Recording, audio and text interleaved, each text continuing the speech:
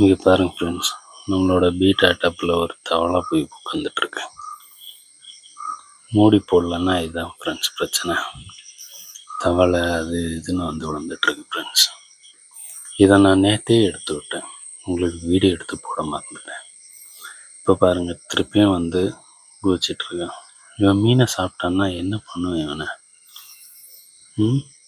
போட்டு தள்ளியிருப்பேன். சரி, இவனை எடுத்து விட்டுருவான். திருப்பியும் எடுத்து விட்டுட்டு நம்மளோட டப்பெல்லாம் மூடி போடுற வழியை பார்ப்போம். எல்லோரும் கேர்ஃபுல்லாக இருங்க ஃப்ரெண்ட்ஸ். டப்பில் எல்லாம் இது மாதிரி வெளியில் வளர்த்துறவங்க கொஞ்சம் கேர்ஃபுல்லாக மூடி போட்டு வளர்த்துங்க. அப்போ தான் நம்மளோட மீனெல்லாம் தப்பிக்க வைக்க முடியும். இல்லைன்னா இவங்க எல்லாம் எடுத்து சாப்பிட்ருவாங்க, நமக்கு தான் லாஸ் ஆயிரும். Okay, bye friends. இவனை தூக்கி போட்டு பீட்டாஸுக்கு தண்ணியை மாற்றிட்டு ஃபுட்டு போடுற வழியை பார்க்குறேன். ஏன்னா காலையிலையும் சாயங்காலமும் கரெக்டாக ஃபுட்டு போட்டாகணும். அப்போ தான் அதுங்களோட க்ரோத் நல்லாயிருக்கும். ஓகே ஃப்ரெண்ட்ஸ், பாய்.